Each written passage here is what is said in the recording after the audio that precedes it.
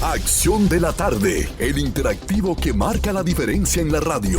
Por Palma 90.7 FM. Doña Emma, el Vaticano sigue de luto, la comunidad católica que la integran. Nosotros hablábamos ayer de que el mundo tiene un registro de 2.4 mil millones de personas que siguen el cristianismo, y de esos hay 1.4 que son católicos.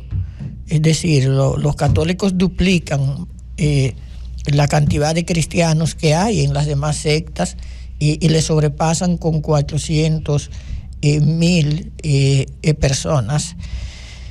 Y bueno, estos actos fúnebres van a tener también un relieve político, porque muchos líderes extranjeros van a visitar el Vaticano, personalidades, jefes de Estado, aunque el Vaticano ha comunicado que cuando vaya un jefe de gobierno o un jefe de Estado, que procuren limitar la comitiva a no más de 5 personas, porque se entiende que el Vaticano es un Estado pequeño y donde se van a hacer los actos finales para el pontífice, pues aunque tiene un espacio importante, no estará cerrado a personas comunes, y sí habrán los espacios necesarios para que los jefes de Estado y los jefes de gobierno estén en áreas donde se garantice la seguridad.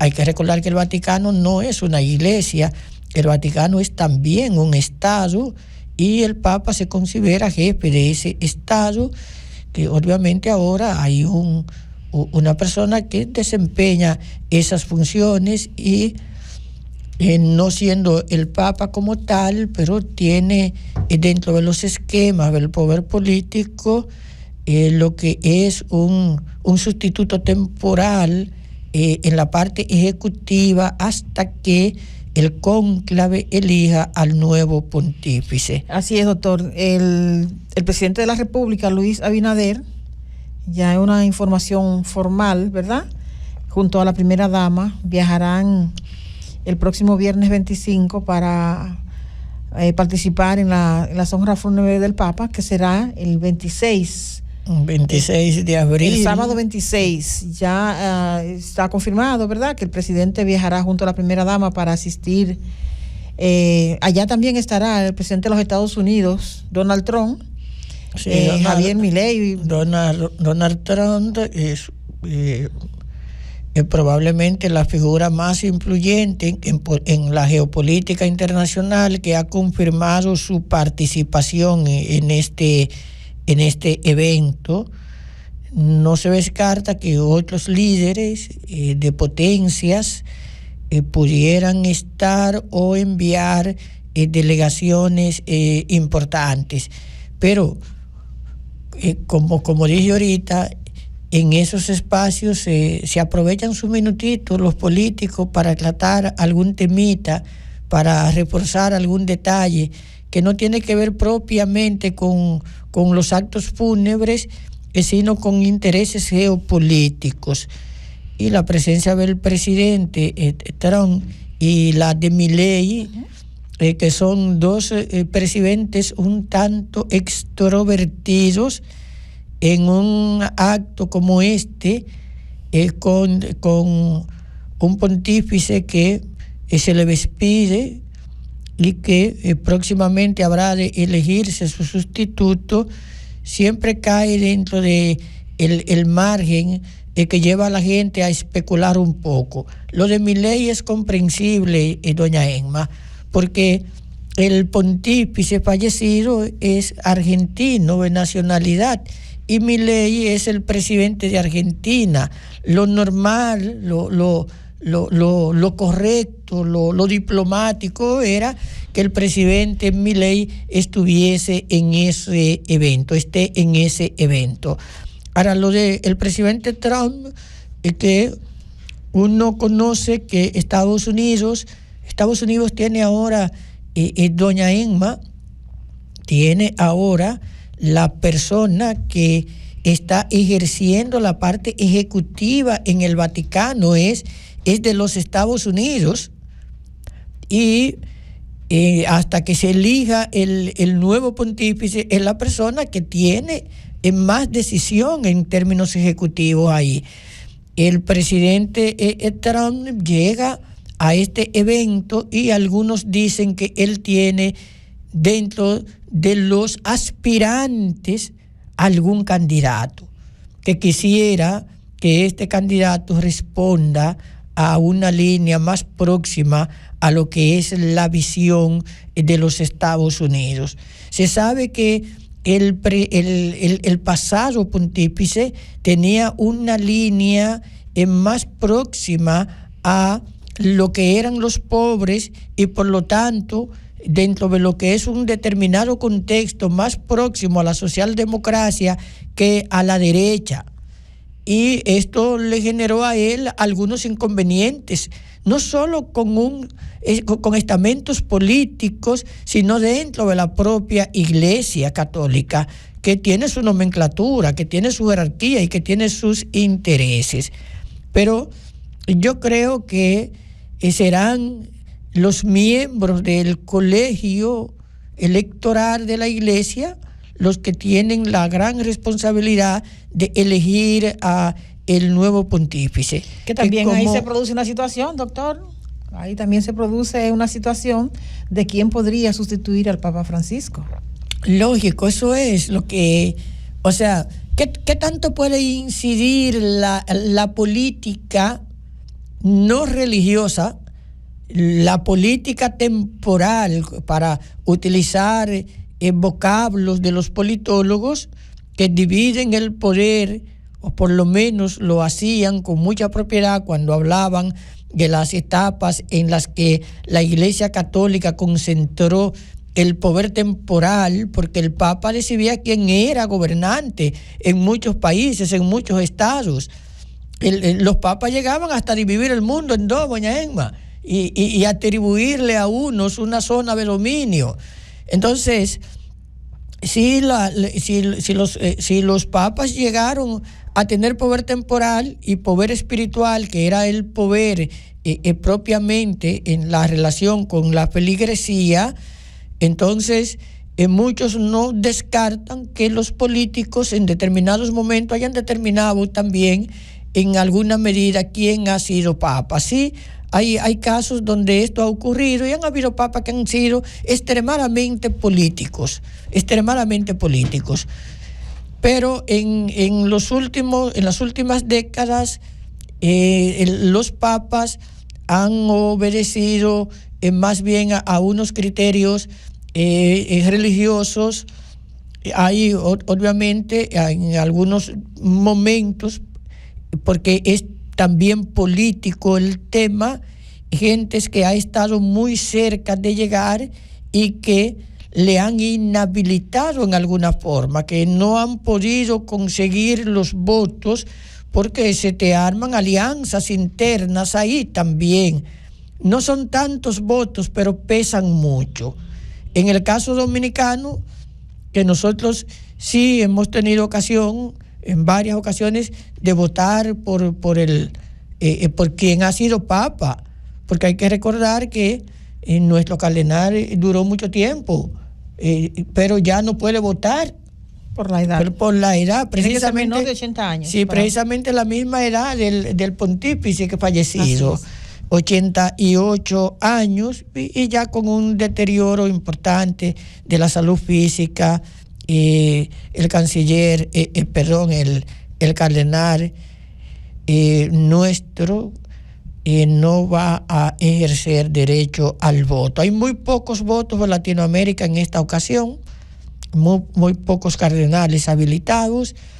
Estados Unidos tiene varios cardenales que pueden ejercer el voto, doña Emma, en estas elecciones. Así es. Se han publicado varios nombres de los que pudiesen ocupar la posición.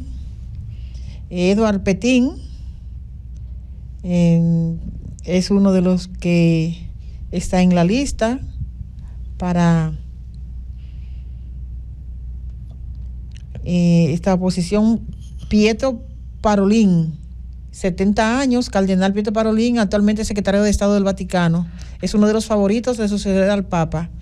Es de origen italiano, con una larga trayectoria en el ámbito diplomático. Es considerado un hombre moderado. A pesar de su cercanía al poder, demostró ser un hombre de consenso, buscando soluciones diplomáticas en lugar de imponer ideologías. Su perfil posiciona una figura estable y respetada. También está Peter Erdo, un cardenal húngaro, que es conocido por sus posturas conservadoras, especialmente relacionadas con el matrimonio, los derechos de las personas LGBT. Tiene 72 años. Entonces, doctor, también tenemos un filipino, Luis Antonio Tagle. Está dentro de ese listado, tiene 67 años, es el primer cardenal de Filipinas y de ser elegido se convertiría en el primer papa asiático. Sí, Europa es la región que más papa ha tenido y se entiende porque llega un momento que teniendo el Vaticano la sede, habiendo surgido esta institución básicamente ahí en Italia, entonces lo frecuente era que los papas surgieran de ahí. África también tiene su candidato, doña Emma. Sí, tenemos otro italiano, Matteo Sub, considerado cercano al Papa. Tenemos aquí un africano, Fridolin Ambongo Bensungu, 65 años, es el presidente del Simposio de Conferencias Episcopales de África y Madagascar. El capuchino conservador anuló la doctrina de la fiducia suplicante, la cual permitía a los sacerdotes bendecir las parejas no casadas o del mismo sexo con el continente africano. Es cierto que es conservador, pero es un conservador africano, que no es lo mismo. Bueno, ahí está también un africano, uno de Nigeria, también de 62 años, es muy joven, doctor, 62 años. Sí, 62 años dentro de un grupo que muchos tienen ya más de 70. Claro, no vamos a ver ahí gente de más de 80 por la norma. La norma electoral que le prohíbe ser elector y ser candidato. Sí. Nada, transcurrido ya los actos fúnebres del Papa, se procederá a esa reunión privada, muy privada, donde se escogerá entonces el nuevo Papa, que se dará la señal al mundo con un humo blanco que va a indicar ya que se ha escogido el nuevo Papa. Sí, antes era mucho más difícil la cuestión del humo, doña Emma, una forma de que la gente que está afuera sepa que se está en elección y que en cada ronda, por ejemplo, hay un humo que te indica que no se logró el consenso. Pero ese otro humo al que usted se refiere le dice a la gente que ya hay un nuevo Papa. Uh-huh. Pero cuando era con lamparitas humeadoras era un lío. Uh-huh. Ahora ese humo es químico. La estufa, como dicen algunos, es encendida con una sustancia que cuando te proyecta el humo blanco, pues te está indicando otra cosa. Bien, ese cónclave será con posterioridad anunciada la fecha en la que habrá de celebrarse. Doña Emma, está Farideh Raful caliente. Así es. Está caliente. Mucha gente entiende que ella hizo un buen trabajo al proponerse la prevención, al disponer medidas, incluyendo el que no hubiese música en las playas, y otras personas entienden que convirtió en algunas horas al país en un estado casi policíaco. Siempre hay opiniones diversas. A mi modo de ver, debe producirse una reflexión sobre la experiencia que tuvimos, porque hay más muertos que en la Semana Santa anterior. también eso uno lo puede comprender porque el pueblo dominicano, como cualquier otro pueblo, tiene una sed amplia de libertad. Y hubo muchos días que el pueblo asumió como estar quieto, ¿no? Entonces luego que tuvo cierta libertad salió, no tenían la misma plenitud en las playas. Yo en lo personal, mi visión en lo personal es que hay algunas cosas que no se imponen, hay algunas conductas que tú no las puedes imponer, que tú las puedes sugerir, que tú las puedes aconsejar, tú puedes decirle a la gente que sea prudente, que se maneje en este sentido o en el otro. Sí, pero tú, por ejemplo, no evitas quitándole la música a la gente que te ocurra un accidente. El pueblo dominicano es un pueblo festivo. De hecho, en algunos años nosotros llegamos a ocupar el primer lugar entre los pueblos más felices del mundo. Hace mucho tiempo que no logramos ese lugarcito, nos lo quitaron otra gente, como que nos aburrimos un poco, pero en alguna medida esa felicidad está ligada a la música. Es que usted ve los niños de 2 y 3 años bailando aquí. Así es. Y bailando bien, no mal. Bailando bien, porque es un pueblo lleno de música, tenemos varios ritmos musicales.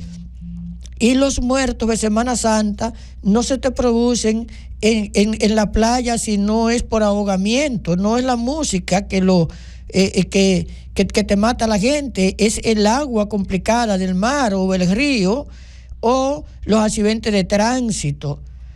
Y el hecho de quitar bocinas, de penetrar a casa, de llevársele bocina de su casa a gente. De llevarse mesa de dominó. De llevarse mesas de dominó. Eso no estuvo bien. Entonces, doctor, siempre por los resultados es que usted puede deducir si las cosas fueron bien o mal empleadas, bien o mal ejecutadas. Entonces, cuando tú, sin tanto alarde, sin tanta presión al ciudadano, en una Semana Santa como el 2024 tú tienes 27 muertos y ahora tú subes esa cifra con la macana en la mano.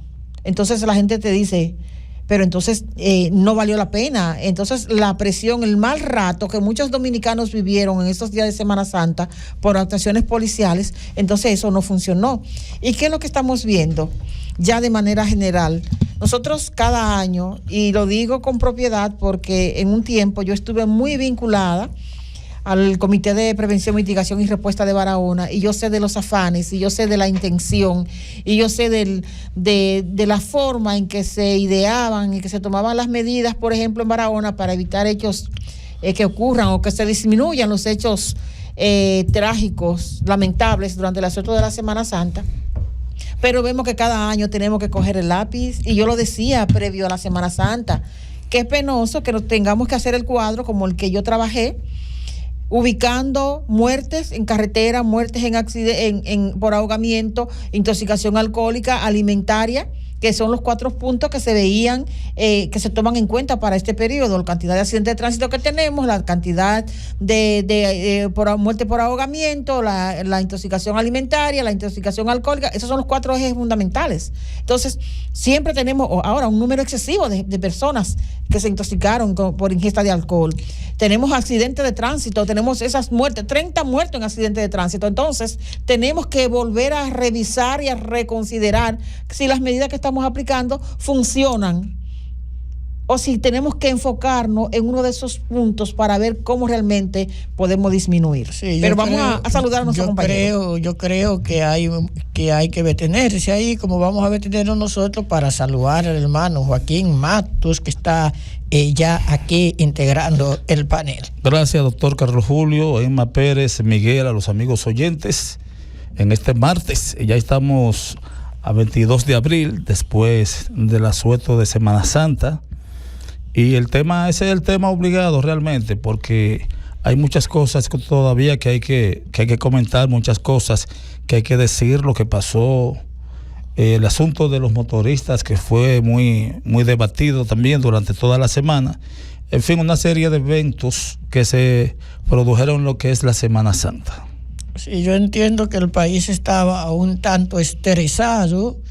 El estrés es un fenómeno que puede también tornarse colectivo, la gente un poco irritada, y esta conducta de muchos jóvenes, porque piense que la mayor parte de los accidentes se produjeron en cascos urbanos, no en carreteras. En carretera hubo unos 10 muertos, ¿verdad? Y los demás fueron en cascos urbanos. Esto te indica que a nivel de las grandes vías había una labor preventiva que en cierta forma dio resultados. Aún así hubo un número de muertos. Pero también te indica que a nivel de las arterias de los pueblos, que se produjo con congestión, porque mucha gente regresaba más temprano, porque había también limitaciones con los horarios de las playas, y que esta afluencia de gentes en algunos puntos te creó determinados accidentes. Pero la verdad es que estos estamentos, los más jóvenes que manejan vehículos de 2 ruedas, yo creo que deben ser el principal blanco para trabajar prevención, para trabajar educación, no represión, porque tuviste menos motores circulando, porque la policía apresó muchos, aún así tuviste más muertos. ¿Qué pasó que hubo más muertos si había menos circulación? ¿Qué pasó? Algo tiene que explicarlo, algo tiene que existir que nos diga que lo hubo. Pero, como dije ahorita, esa mayor parte de muertos se produjo en los cascos urbanos, en las poblaciones, en los pueblos, adentro de los pueblos. Y esto nos llama entonces a ver qué tan efectiva era la labor interna en los municipios. ¿Qué respuesta había ahí? ¿Qué acciones se tomaron para prevenir este lamentable incremento de muertos en el seno de las ciudades? Por ejemplo, yo que estuve trabajando, ¿verdad?, para vacacionando en Semana Santa, y uno de mis puntos esenciales era el Hospital Jaime Mota. Ciertamente yo sentí que en comparación con años atrás, los accidentes de motores fueron menos, doctor, fueron menos. Siento que yo creo que alrededor de 3 casos ameritaron hospitalización de accidentes en motores. Los demás eran laceraciones que lo curaban y lo despachaban. Sí, Barahona no tuvo... Sí. No aunque tuvo, nos anotamos un muerto en accidente y un muerto ahogado, pero por ejemplo, el señor que fue atropellado en canoa, eso fue pasado a las 8 de la noche. Ya en ese horario ni estaban los organismos con la banderita, ni estaba un control por ejemplo, de la DGC. 8 de la noche del domingo. Sí, del sábado. Del sábado. Entonces, ciertamente, pero aquí se hizo un trabajo que se retuvo mucha motocicleta. Yo en la DGC vi una cantidad de motores. Sí, hubo mucha retención, pero sí. Mi pregunta es, doña Emma, con toda la retención, hablo del país, que fueron muchos. Pero entonces yo hablo del foco de la provincia de Barahona, de acá, o del municipio de Barahona donde trabajamos. También, doctor, nosotros pudimos notar en cuanto a la presencia de barahoneros, de visitantes, de vacacionistas acá. Y abordaba el tema incluso con los directivos de Entraba, de la empresa de transporte de Barahona. Yo recuerdo que el año pasado, el domingo de Resurrección, que ya es el punto de partida de los visitantes, aquí fue necesario colocar agentes policiales y de la DGC para mantener el orden en la parada de autobuses de Barahona, Entraba. Incluso bordeaba hacia afuera y en las aceras daba la vuelta hasta la esquina de la otra calle de la Luisa del Monte, de la esquina de Pasaportes, de la cantidad. Y tengo que decirles que a las 3 de la tarde del domingo de Resurrección, aquí los autobuses estaban esperando a los pasajeros. En el año pasado, doctor, los pasajeros esperaban los autobuses, y en este año los autobuses estaban ya 2, 3 de la tarde esperando a los pasajeros. que la gente tomara una unidad para retornar a su lugar de origen. Y ciertamente eso lo pudo comprobar los directivos de Entraba en Barahona.